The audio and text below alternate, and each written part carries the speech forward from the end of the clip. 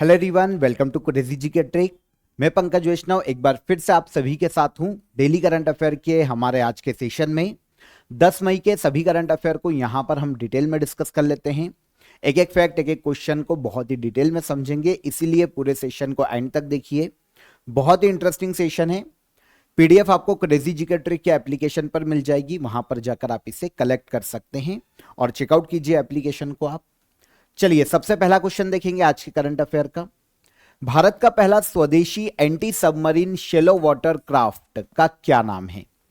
तो इंडिया का पहला स्वदेशी रूप से निर्मित anti submarine shallow water craft हाल ही में भारतीय नेवी को मिला है और इसे नाम दिया गया है आईएनएस अर्नाला। आंसर हो जाएगा आंसर सी। लगातार इंडियन नेवी, इंडियन आर्मी और इंडियन जो एयर फोर्स है, आप सभी को पता है, वो अपनी जो पावर है वो बढ़ाते जा रहे हैं। नए नए इक्विपमेंट, नए नए जो हथियार हैं वो इंडियन आर्मी में, इंडियन आर्म्ड फोर्स में लगातार शामिल किए जा रहे हैं।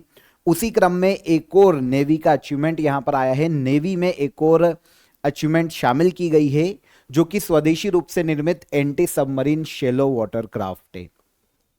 देखिए है क्या, इसको समझने से पहले मैं आपको बता दूं कि देखिए न्यूज़ चैनल पर काफ़ी सारी जो मिसलीड इंफॉर्मेशन है वो काफ़ी दिखाई जा रही है। तो देखिए जो ऑथेंटिक सोर्स हैं आपके, जैसे एएनआई हो गया और ऐसे पीआईबी हो गया या फिर गवर्नमेंट का कोई अनाउंसमेंट हो गया, वहीं के जो सोर्सेस है उसी पर आप भरोसा कीजिएगा किसी भी न्यूज़ के लिए। क्योंकि कल नाइट में बहुत सारी न्यूज़ ऐसी चल रही थी कि कराची पोर्ट पर हमला कर दिया है इंडियन नेवी ने, और सुबह काफ़ी सारे न्यूज़ चैनल ने इसका क्लेरिफिकेशन दिया, वापस माफ़ी मांगी क्योंकि वो न्यूज़ सही नहीं थी। तो वॉर से संबंधित देखिए पैनिक काफ़ी सिचुएशन है, तो आप समझिएगा कि न्यूज़ जो ऑथेंटिक हो वही उसी पर भरोसा करें, ऐसे ऑथेंटिक सोर्स पर ही आप भरोसा करें और उसी न्यूज़ को देखें। क्योंकि अभी रिसेंटली काफ़ी सारे यूट्यूब चैनल्स पर, काफ़ी सारे और इवन जो न्यूज़ चैनल है उन पर भी बहुत सारी मिस इन्फॉर्मेशन दी जा रही है। तो आप उन पर भरोसा ना करें, अपने सोर्सेज से चीज़ों को देखें और ऑथेंटिक चीज़ों पर ही विश्वास करें। जब तक गवर्नमेंट का कोई क्लेरिफिकेशन नहीं आ जाता, गवर्नमेंट का कोई प्रेस कॉन्फ्रेंस आ जाती है, प्रेस रिलीज आ जाती है, तब आप उस पर भरोसा करिए, ठीक है। बाकी इंडियन आर्मी के हम साथ हैं। चलिए, स्वदेशी anti submarine shallow water craft की यहां पर बात की जा रही है। ये क्या है इसको समझते हैं।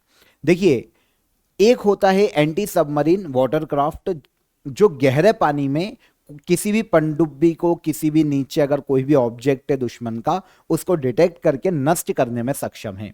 अब ये जो स्वदेशी रूप से निर्मित anti submarine shallow water craft है, ये नॉर्मली उथले पानी में, मतलब जो कम गहरे हैं वहां पर इन्हें अपॉइंट किया जाएगा। छोटे युद्धपोत हैं, जैसे भारत की जो तटीय क्षेत्र है वहां पर इनको अपॉइंट किया जाएगा और ये दुश्मन के किसी भी पनडुब्बी को, किसी भी अदर इक्विपमेंट को जो कि पानी के अंदर है और हमारे बड़े युद्धपोत से बच के निकल गए हैं, उनको डिटेक्ट करने में सक्षम है। इसको नाम दिया गया है आईएनएस अर्नाला, ठीक है। तो हाल ही में इंडियन नेवी को 8 मई 2025 को उनका पहला anti submarine warfare shallow water craft मिला है आईएनएस अर्नाला के नाम से। इसे बनाया है garden rich ship builders and engineers के द्वारा, जो कि कोलकाता में जिसका हेडक्वार्टर है, यहां से ये काम करता है, ठीक है। इसके द्वारा बनाया गया है, इस कंपनी के द्वारा बनाया गया है। इससे पहले अभी तक इंडिया क्या इस प्रकार के किसी भी शेलो वाटर क्राफ्ट का यूज नहीं करता था, लेकिन ये सोवियत यूनियन के द्वारा हमको मिला था, डिजाइन किया गया था। अभय क्लास ASW कॉर्वेट्स, अभी तक हम इसका यूज कर रहे थे, लेकिन ये सोवियत संघ के द्वारा डिजाइन किया गया था, स्वदेशी रूप से निर्मित नहीं था। अब इसको रिप्लेस किया जाएगा स्वदेशी रूप से निर्मित अर्नाला क्लास वेसल्स से। तो ये छोटा युद्धपोत है, ऐसे 16 युद्धपोत बनाए जा रहे हैं garden rich ship builders and engineers के द्वारा, और पहला आईएनएस अर्नाला इंडियन नेवी को हाल ही में दिया गया है। तो काम कैसे करते हैं ये समझ में आ गया आपको। तटीय रेखा पर जो कम गहरे पानी है वहां पर इनको अपॉइंट किया जाएगा दुश्मन की पनडुब्बी या फिर किसी भी अदर जो इंटरनल इक्विपमेंट है उसको नष्ट करने के लिए। ओके, इसमें सोनार सिस्टम होगा, टॉर्पीडोज लगाए जाएंगे, सेंसर इसमें देखने को मिलते हैं जो कि ऑल ओवर प्रोटेक्ट करता है इंडिया को।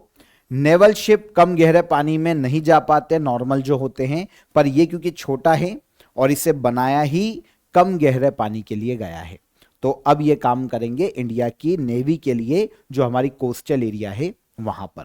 आईएनएस अर्नाला जो नाम दिया गया वो महाराष्ट्र में किले के नाम पर है, इसका नाम है अर्नाला किला, महाराष्ट्र में देखने को मिलता है विरार क्षेत्र में।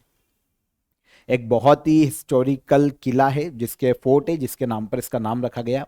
आईएनएस अर्नाला की अगर हम लेंथ देखते हैं युद्धपोत की तो 77.6 मीटर लंबा ये युद्धपोत है। इसका वेट 896 टन से। इसके अलावा स्पीड देखें तो ये ऑलमोस्ट 46 किलोमीटर पर आवर की स्पीड से चल सकता है और एक बार फ्यूलिंग करने के बाद इसकी रेंज है 1800 नॉटिकल मील।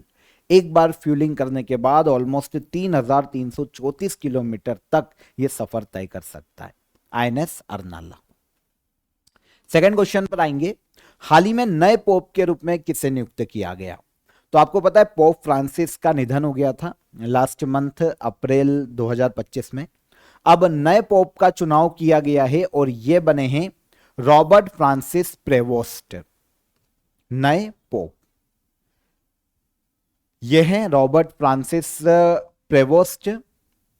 हाल ही में नए पोप के रूप में इन्हें अपॉइंट किया गया और अब ये 267th पोप बने हैं ईसाई धर्म के। आपको पता है वेटिकन सिटी है ना, ईसाइयों में वेटिकन सिटी का लीडर माना जाता है पोप को, ये लीड करते हैं वेटिकन सिटी को। और जो कैथोलिक चर्च होते हैं ना पूरे वर्ल्ड में, उनके लीडर के उनके हेड के रूप में भी पोप को ही देखा जाता है। तो बहुत बड़ा पद है, कैथोलिक जो ईसाई हैं उनमें बहुत बड़ा पद माना जाता है। तो अब ये अपना नाम रखेंगे पोप के रूप में पोप लियो 16। जो पोप बनता है ना उनको अपना ओरिजिनल नाम चेंज करके कुछ एक नया नाम, यूनिक नाम रखना पड़ता है जिससे वो पूरे वर्ल्ड में पहचाने जाते हैं। तो कार्डिनल रॉबर्ट फ्रांसिस प्रीवोस्ट ये इनका नाम है। अब ये पोप के रूप में पोप लियो 16 के नाम से जाने जाएंगे। पहली बार ऐसे हुआ है कि यूएसए का कोई सिटीजन पोप बना है। इसके पहले जो पोप थे ना वो एक्चुअल में दक्षिण अमेरिकी महाद्वीप के देश से आते हैं, अर्जेंटीना से आते हैं और फिर वेटिकन सिटी की भी उनके पास सिटीजनशिप थी। तो पोप फ्रांसिस जिनका निधन हुआ वो दक्षिण और उत्तरी अमेरिका दोनों महाद्वीपों से पहले पोप थे। अब यूएसए से पोप बनने वाले पहले यूएसए सिटीजन बने हैं cardinal Robert Francis Prevost. Pope Francis की मृत्यु हुई थी लास्ट मंथ 21 अप्रैल को। उसके बाद अब ये नए पोप बने ईसाई धर्म में 267th पोप। देखिए यहां पर पोप का जो इलेक्शन किया जाता है ना वो भी बहुत इंटरेस्टिंग है। थोड़ा यहां पर देखिए पोप का इलेक्शन है कॉन्क्लेव में किया जाता है। अब इस कॉन्क्लेव में क्या होता है, जो सीनियर कार्डिनल्स होते हैं ना वो होते हैं सीनियर कार्डिनल्स बोले तो पादरी है ना, जो वरिष्ठ पादरी होते हैं ईसाई धर्म में, उनका एक ग्रुप होता है, उनकी एक गोपनीय बैठक होती है और वहां पर पोप को चुना जाता है। यह बैठक होती है वेटिकन सिटी में सिस्टीन चैपल पर। अब यहां पर एक और इंटरेस्टिंग चीज कि यहां पर जो चिमनी होती है ना चैपल की उसको जलाया जाता है। अब चिमनी में से अगर काला धुआं निकल रहा है मतलब अभी जो पवित्र पोप है उनका चुनाव नहीं हुआ। और अगर चिमनी में से काला धुआं निकलना बंद हो जाता है या फिर सफेद धुआं निकलने लगता है तो फिर मान लिया जाता है कि जिनके लिए धुआं निकला है, जिनके नाम पर चर्चा की गई है, वो ही अगले पोप बनेंगे। तो इस तरीके से पोप का इलेक्शन होता है। ऐसी प्रोसीजर है, मैंने आपको शॉर्ट में बता दिए। पोप को रोम का बिशप कहा जाता है ना। कैथोलिक चर्चेस के ये हेड होते हैं, धर्मगुरु होते हैं। वेटिकन सिटी का रूलर होते हैं ना, जो राजा या लीड करने वाले, वो भी पोप ही होते हैं। ठीक है। पोप फ्रांसिस 2013 में पोप बने थे और 2025 में इनका निधन हुआ। अब नए पोप बन गए कार्डिनल रॉबर्ट फ्रांसिस प्रीवोस्ट। देखिए सबसे पहली बार जो पोप का पद आया था ना वो 1st सेंचुरी में आया था। इतिहास में 1st सेंचुरी में पोप का पद देखने को मिला था। और जो ईसा मसीह है ना उनके पहले शिष्य से शुरू माना जाता है पोप का पद और उसके बाद अभी तक पोप चलते आ रहे। वेटिकन सिटी से हेड होते हैं वहां के, तो हम इसकी बात करते हैं। दुनिया का सबसे छोटा देश है वेटिकन सिटी। पोप इस देश का हेड होता है और रोमन कैथोलिक चर्चेस का हेड होता है। वेटिकन सिटी की कैपिटल भी वेटिकन सिटी है और यहां पर करेंसी चलती है यूरोपियन यूरो। इजी सा कॉन्सेप्ट था, बता दिया मैंने आपको। आगे बढ़ने से पहले आपको ऑफर ऑफ द डे यहां पर बता देता हूं। आप सभी के लिए कंप्यूटर की ई बुक यहां पर अवेलेबल है। आपको 15 प्लस टॉपिक यहां पर मिल जाएंगे कंप्यूटर के, बहुत ही अफोर्डेबल प्राइस में आप इसे ज्वाइन कर सकते हैं, ओनली 29 रुपीज में।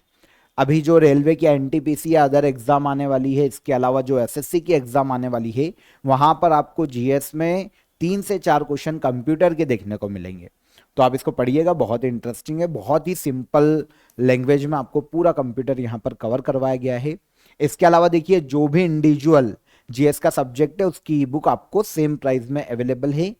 डिस्क्रिप्शन में मैंने आपको लिंक दे दी है कंप्यूटर की ई बुक की और एप्लीकेशन की, आप चेकआउट कीजिए। और कोई भी आपको डाउट आता है तो आप इस नंबर पर कॉल कर लीजिए, व्हाट्सअप कर दीजिए, हमारी टीम आपकी मदद कर देगी। ओके, तो ज्वाइन कीजिए, डिस्क्रिप्शन में लिंक है आपके पास। तब तक हम चलते हैं हमारे अगले करंट अफेयर पर। वर्ष 2025 में वर्ल्ड माइग्रेटरी बर्ड डे कब मनाया जाता है? तो जो प्रवासी पक्षी होते हैं ना, माइग्रेटरी बर्ड, उनके संरक्षण के लिए लोगों को और देशों को अवेयर करना।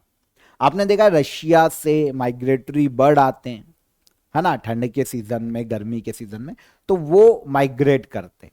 और यहां पर भरतपुर बर्ड सेंचुरी जो राजस्थान में है, अलग अलग जगह पर आकर निवास करते हैं। एक्चुअल में पहली चीज तो ये कि इनके जो बर्ड है जो इधर उधर माइग्रेट करते हैं बार बार, इनसे जो हमारा इकोसिस्टम है ना वो संतुलित रहता है, बायोडाइवर्सिटी प्रोटेक्ट होती है।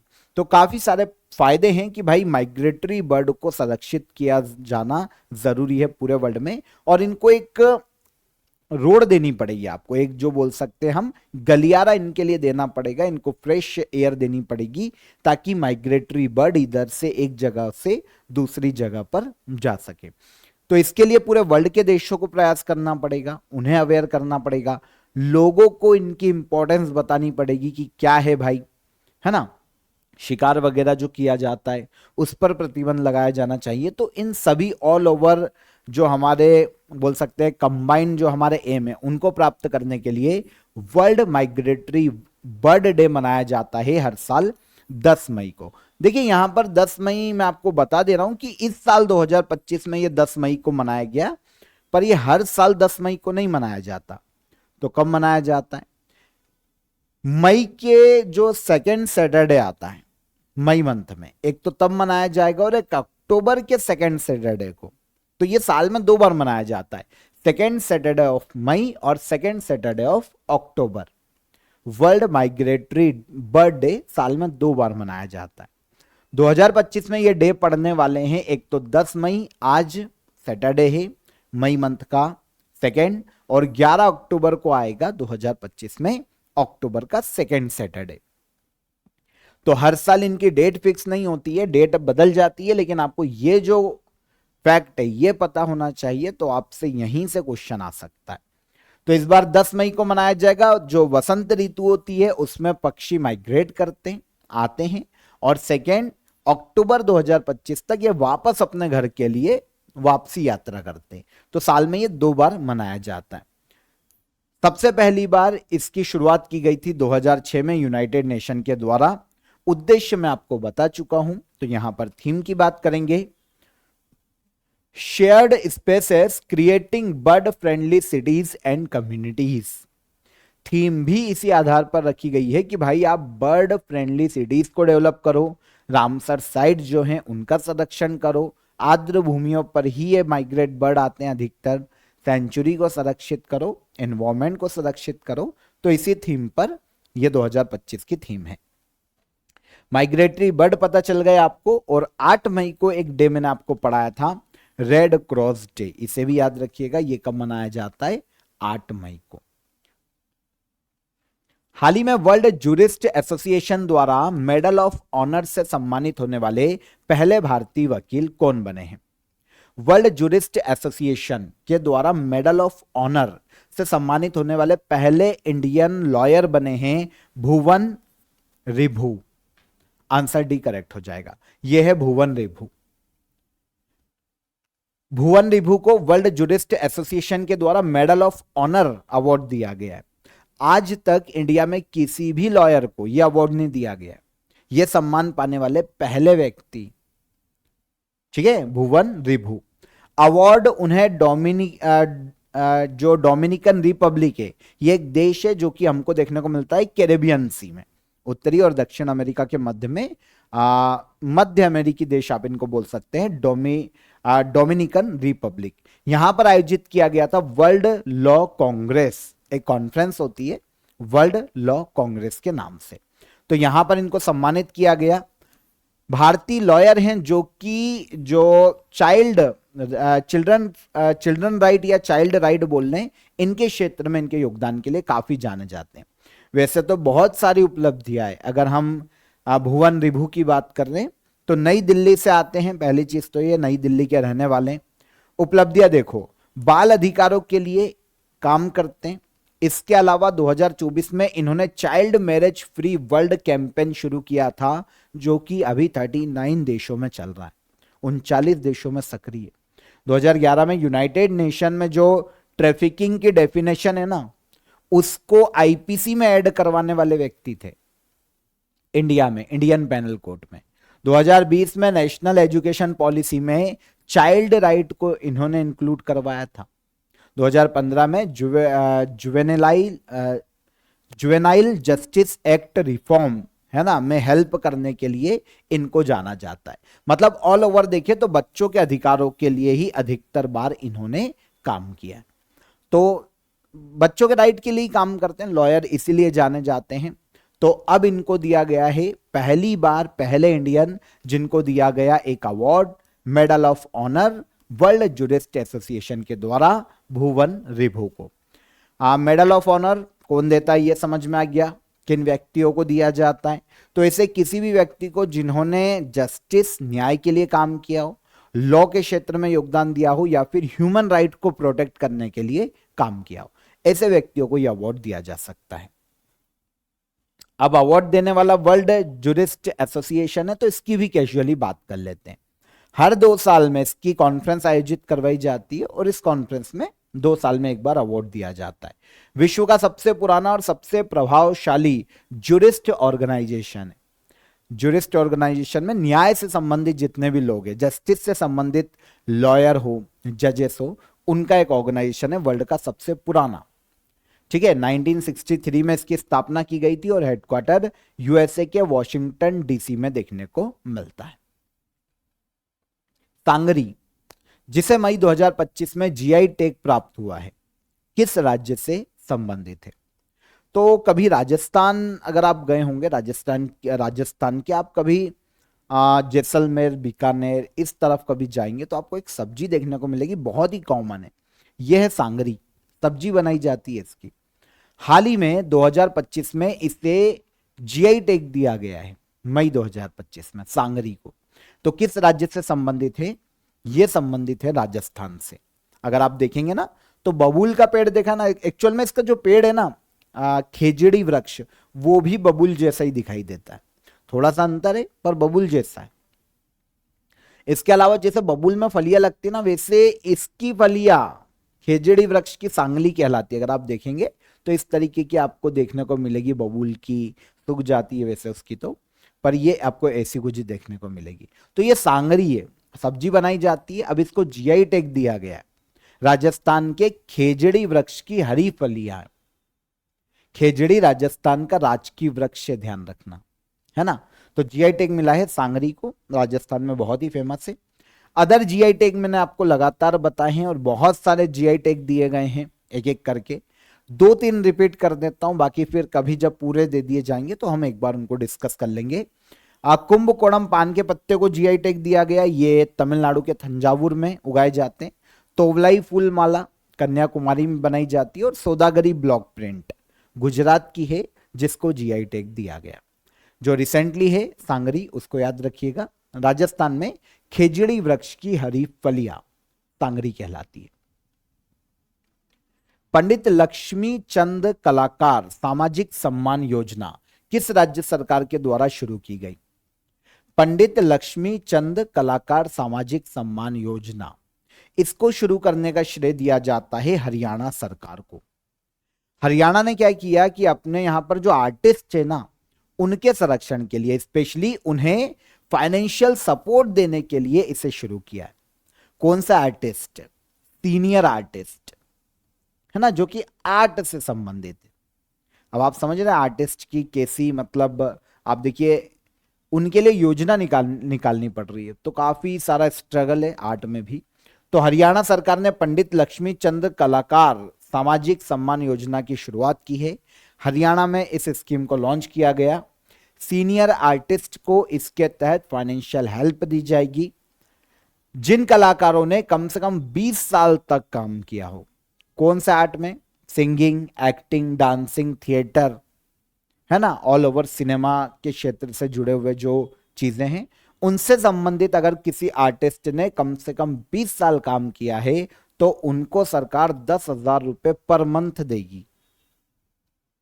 अब यहां पर आप बोलोगे यार सबको, नहीं, अब यहां पर आएगा कि भाई ईयरली जो इनकम है वो कितनी है। तो यहां पर भी एक क्राइटेरिया है। पहले हम पंडित लक्ष्मी चंद की बात कर लेते हैं। पंडित लक्ष्मी चंद के नाम पर कलाकार सामाजिक सम्मान योजना शुरू की गई है।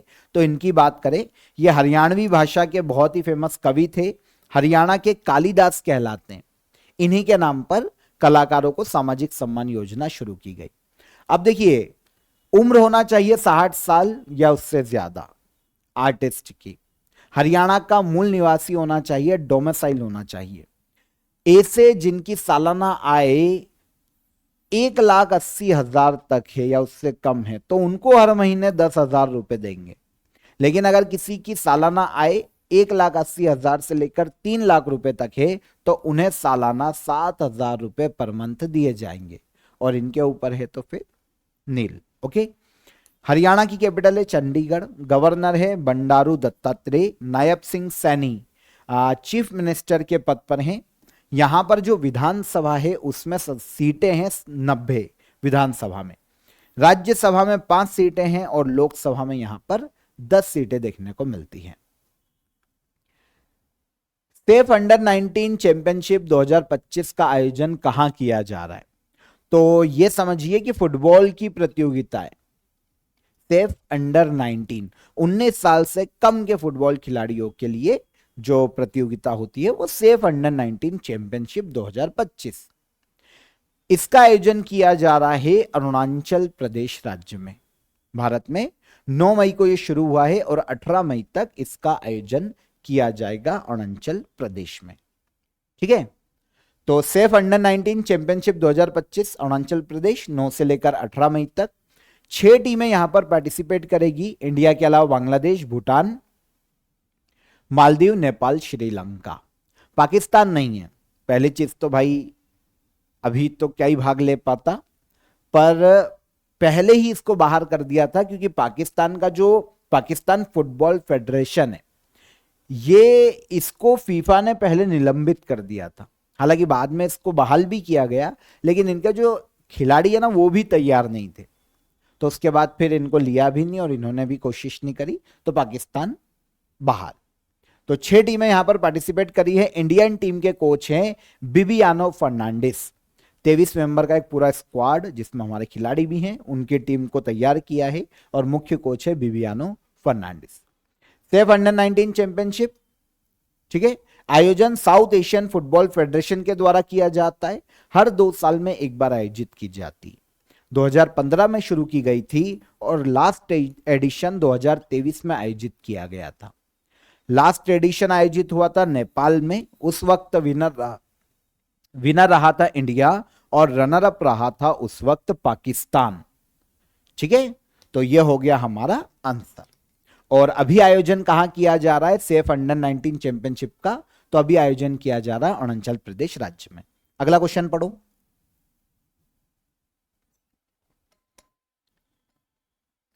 विकसित कृषि संकल्प अभियान जो किसानों को आधुनिक तकनीक और नए बीज किस्मों के बारे में जागरूक करने के लिए शुरू किया गया, किसके द्वारा लॉन्च किया गया? तो विकसित कृषि संकल्प अभियान है ना, इसे शुरू करने का श्रेय दिया जाता है यूनियन मिनिस्ट्री ऑफ एग्रीकल्चर को, नाम से समझ में आ जाएगा किसानों से संबंधित है, तो union ministry of agriculture. Bharat के कृषि मंत्री कौन है? शिवराज सिंह चौहान। तो एग्रीकल्चर और farmer welfare minister Shivraj Singh Chauhan ने विकसित कृषि संकल्प अभियान को अनाउंस किया है।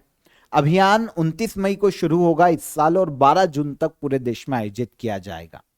उद्देश्य क्या है जानते हैं? जो अब खरीफ सीजन शुरू होगा, उस खरीफ के सीजन में देश के 1.5 करोड़ जो फार्मर है उनको एक तो मॉडर्न फार्मिंग टेक्नोलॉजीज के बारे में बताना और नए जो सीड्स हैं, नए बीज हैं, है ना, उनकी वेराइटीज की जानकारी देना, ताकि खरीफ सीजन में ज्यादा प्रोडक्शन किया जा सके फसलों का, नई टेक्नोलॉजी के साथ और उन्नत किस्म के बीजों के साथ। तो इसको नाम दिया गया है कृषि संकल्प, विकसित कृषि संकल्प अभियान। इसके तहत 2000 टीमें बनाई जाएगी, जिसमें साइंटिस्ट होंगे, गवर्नर के जो गवर्नमेंट के ऑफिशियल्स हैं वो पार्टिसिपेट करेंगे, फार्मर्स को शामिल किया जाएगा जो ऐसी टेक्नोलॉजीज पहले से यूज कर रहे हैं, और इन 2000 टीमों को रोज हर टीम की 3-3 मीटिंग जिला लेवल पर आयोजित की जाएगी, ताकि वो मिलकर किसानों को जानकारियां पहुंचाए और डेली 10 से 12 लाख फार्मर्स को इसकी जानकारी प्रोवाइड करवाए जाने का टारगेट रखा गया, ताकि खरीफ की फसल को उन्नत किया जा सके और बम्पर पैदावार को प्राप्त किया जा सके। तो आपको पता है भारत में जो कृषि होती है ना, 3 मौसम देखे जाते हैं फसलों के। एक होता है खरीफ, जिसके अभी हम बात कर रहे हैं, खरीफ, रबी और जायद। खरीफ की फसलें वो होती है जो कि नॉर्मली जब मानसून आता है ना तब उगाई जाती है। तो 29 मई से शुरू हो रहा है और फिर आगे जून के एंड तक चलेगा, तो ये बोए जाने का समय खरीफ की फसलों। तो खरीफ की फसलें हो गई, बारिश के मौसम में शुरुआत में उगाई जाती है। रबी की फसलों की बात करें तो अक्टूबर नवंबर में उगाई जाती है जब ठंड शुरू होती है। और जायद की फसलें होती हैं जो कि गर्मी का मौसम शुरू होता है मार्च अप्रैल में, तब उगाई जाती पानीदार फसलें, है ना। तो देखिए खरीफ बोने का समय हो गया मानसून की शुरुआत में जून से जुलाई, और कटाई का समय हो जाता है इसका सितंबर में, काट ली जाती है किसानों के द्वारा, और कुछ अक्टूबर में भी काटते हैं। मेन क्रॉप कौन कौन सी है अगर हम खरीफ की देखें, ये एग्जाम में बहुत आता है। चावल, मोटे अनाज जितने भी है, ज्वार बाजरा मक्का, सोयाबीन, गन्ना, है ना। वैसे तो सारे मेंशन किए मैंने आपको, लेकिन जो पूछे जाते हैं उसमें धान, ज्वार बाजरा मक्का, सोयाबीन, कपास पूछी जाती है, गन्ना पूछा जाता है, और बाकी फिर तिल, अरहर, मूंग, उड़द, ये हैं खरीफ की फसलें। रबी की फसलों की बात करें अक्टूबर नवंबर में बोई जाती है, मार्च अप्रैल में काटी जाती है। गेहूं रबी की फसल है। चना ठंड के मौसम में आता है ना, तो चना, जौ, मटर, सरसों, ये रबी की क्रॉप है। फिर जायद की बात करें, पानीदार फसलें जो हमारे पानी की पूर्ति करती है शरीर में, तो तरबूज खाते हो ना गर्मी में, खीरा खाते हो, ककड़ी, लौकी, तोरई, है ना, मूंगफली, ये सब किसकी फसलें? ये है जायद क्रॉप। तो याद रखिएगा, पूछे जाते हैं, शॉर्ट में मैंने आपको बता दिया। चर्चा में रही एन्नु कुरुबा जनजाति मुख्य रूप से भारत के किस राज्य में निवास करती है? तो जनजाति का नाम क्या है पता है? एन्नु कुरुबा जनजाति। कहां निवास करती है? तो यह जनजाति निवास करती है भारत के कर्नाटक राज्य में, एन्नु कुरुबा जनजाति। अब देखिए अभी सुर्खियों में क्यों है, तो ये जनजाति कर्नाटक में जहां पर रहती थी ना, वहां से पहले ये निर्वासित हो गई थी। अब 40 साल के बाद ये अपने वापस मूल निवास पर लौटी है, और इनका मूल निवास है नागरहोल टाइगर रिजर्व, कर्नाटक में। देखिए टाइगर रिजर्व के क्षेत्र में रहती थी। अब 40 साल पहले क्योंकि टाइगर रिजर्व क्षेत्र है, तो गवर्नमेंट ने क्या किया कि इनको उस वक्त शिफ्ट कर दिया दूसरी जगह पर, और ये चलेगा दूसरी जगह पर, क्योंकि गवर्नमेंट के आगे कौन टिकेगा। तो अब ये वापस अपने मूल निवास पर लौटे हैं, और 50 से ज्यादा जो एन्नु कुरुबा जनजाति के लोग हैं, उन्होंने नागरहोल टाइगर रिजर्व में अब वापस अपनी बसाहट को शुरू किया है। इनका कहना है कि भाई इनके पूर्वजों की भूमि है। पहली चीज देखिए, सेंटिमेंट भी जुड़े होते हैं, है ना। हम भी हमारे गांव से बहुत प्यार करते हैं, जहां पर हमारा जन्म हुआ है उस भूमि से बहुत प्यार करते हैं, तो सेंटिमेंट भी होते हैं। स्पेशली जो आदिवासी कम्युनिटी होती है, जो जनजाति कम्युनिटी होती है ना, उनमें बहुत ज्यादा सेंटिमेंट देखने को मिलते हैं, है ना। तब में होते हैं वैसे तो, पर पूर्वजों की भूमि है इनका मानना है हमारा आध्यात्मिक जुड़ाव भी है और हमारी पारंपरिक जीवन शैली को पुनर्जीवित करना भी उनका उद्देश्य है कि भाई हम जैसे जीते थे हमको जीने दो। तो नागरहोल टाइगर रिजर्व में एन्नु कुरुबा जनजाति अभी सुर्खियों में है। 40 साल बाद अपने पूर्वजों के गांव में ये वापस लौटी है। नागरहोल टाइगर रिजर्व की बात करते कर्नाटक में देखने को मिलता है, एक कोडागु और एक मैसूर, 2 डिस्ट्रिक्ट में फैला हुआ है। आप तो कर्नाटक याद रखो। नीलगिरी बायोस्फीयर से रिजर्व का हिस्सा है और भारत का 37वां टाइगर रिजर्व है नागरहोल टाइगर रिजर्व। इसकी स्थापना की गई थी 1988 में और 1999 में टाइगर रिजर्व घोषित किया गया। 642 वर्ग किलोमीटर इसका एरिया देखने को मिलता है। और एन्नु कुरुबा ट्राइब के बारे में इतना ही याद कर लो कि कर्नाटक में इसका निवास है। जो अति विशिष्ट जनजाति समूह है ना, उसके अंतर्गत इसको शामिल किया जाता है, जो कि बहुत ज्यादा पिछड़े होते हैं। और यहां पर जो एनु इनके नाम में लगता है ना, उसका अर्थ होता है शहद, क्योंकि प्राचीन काल से ये शहद इकट्ठा करना और जो जंगल या फॉरेस्ट पे ही इनका जीवन यापन चलता है। तो ये जनजाति कहाँ निवास करती है? कर्नाटक में कुरुम्बा जनजाति के रूप में भी इन्हें जाना जाता है, एनु कुरुबा जनजाति। अदर ट्राइब्स की बात करें इंडिया के, तो अंडमान निकोबार में बहुत ही फेमस है जारवा जनजाति और एक शोम्पेन जनजाति, ये भी अंडमान निकोबार में देखने को मिलती है। संथाल, उराव, हो, मुंडा झारखंड में। अगर हम उत्तराखंड उत्तर प्रदेश में आए तो थारू, भोटिया, जौनसारी। मध्य प्रदेश में भील, गोंड सबसे ज्यादा देखने को मिलते हैं। कोल, सहरिया देखने को मिलते हैं। राजस्थान में मीणा, मंगानियर और भील भी राजस्थान में भी देखने को मिलते हैं। मणिपुर में कुकी और मैतेई है ना जनजाति, मैतेई है, मैती बोल सकते हो आप इसको, जिनके मध्य में प्रॉब्लम भी चल रहा है 2 साल से। लेप्चा सिक्किम की जनजाति है। मिजोरम और त्रिपुरा में पावी, चकमा, रियांग, हलम, मुंडा निवास करते हैं। अरुणाचल प्रदेश में डफला, अपातानी, मोनपा, निशी, वांचो, मिश्मी ये जनजातियां निवास करती है। पॉज करके देख लेना, सारी पढ़ लेना, या फिर पीडीएफ ले लेना, फ्री ऑफ कॉस्ट है, वहां पर एक बार पढ़ लेना। तब तक हम चलते हैं लास्ट क्वेश्चन पर। हाल ही में जिनका कार्यकाल 1 साल के लिए बढ़ाया गया है वो वर्तमान में सीबीआई के निदेशक कौन है? इस क्वेश्चन को हम ऐसा भी देख सकते हैं, सीबीआई के डायरेक्टर का कार्यकाल 1 साल बढ़ाया गया, सीबीआई के वर्तमान में डायरेक्टर कौन है? तो सीबीआई है ना, सेंट्रल ब्यूरो ऑफ इन्वेस्टिगेशन, इसके डायरेक्टर के पद पर हैं प्रवीण सूद। अभी इनका कार्यकाल खत्म हो रहा था, तो इनके कार्यकाल को 1 साल का एक्सटेंशन दिया गया है। 2023 में कर्नाटक के डीजीपी थे प्रवीण सूद, इनको सीबीआई की कमान दी गई थी और सीबीआई का डायरेक्टर बनाया गया था प्रवीण सूद को 25 मई 2023 को। और अब 25 मई को 2 साल का इनका कार्यकाल खत्म हो जाता, लेकिन ये अब कंटिन्यू करेंगे, 1 साल का एक्सटेंशन मिला है, 24 अप्रैल 2026 तक ये कंटिन्यू रहेंगे। ये सीबीआई के डायरेक्टर बनने वाले 34वें डायरेक्टर है। डायरेक्टर बनने से पहले कर्नाटक के डीजीपी के पद पर थे। सीबीआई में आपको पता है जो डायरेक्टर की नियुक्ति है ना, वो 3 सदस्यीय कमेटी की सिफारिश पर की जाती है, जिसमें से एक होते हैं पीएम, एक होते हैं एलओपी है ना, लीडर ऑफ ऑपोजिशन, वर्तमान में राहुल गांधी है, और चीफ जस्टिस ऑफ इंडिया होते हैं। तो अभी ये संजीव खन्ना थे, जब तक इनकी नियुक्ति होगी तो संजीव खन्ना है, अब बदलेंगे 2-3 दिन बाद। तो ये शामिल होते हैं। सीबीआई की बात करें, कल भी बताया था वैसे मैंने आपको, इन्वेस्टिगेशन एजेंसी है, केंद्रीय जांच एजेंसी है। नई दिल्ली में हेडक्वार्टर देखने को मिलता है। प्रवीण सूद आईपीएस अधिकारी इसके डायरेक्टर हैं और सीबीआई की स्थापना की गई थी 1963 में, 1963। तो यहां पर हमारे 10 मई के सभी करंट अफेयर डिटेल में हमने डिस्कस कर लिए। अब हम चलेंगे लास्ट डे के हमारे करंट अफेयर के रिवीजन पर। आइए देखते हैं, हाल ही में चर्चित किस वायु रक्षा प्रणाली को सुदर्शन चक्र के नाम से पुकारा जाता है?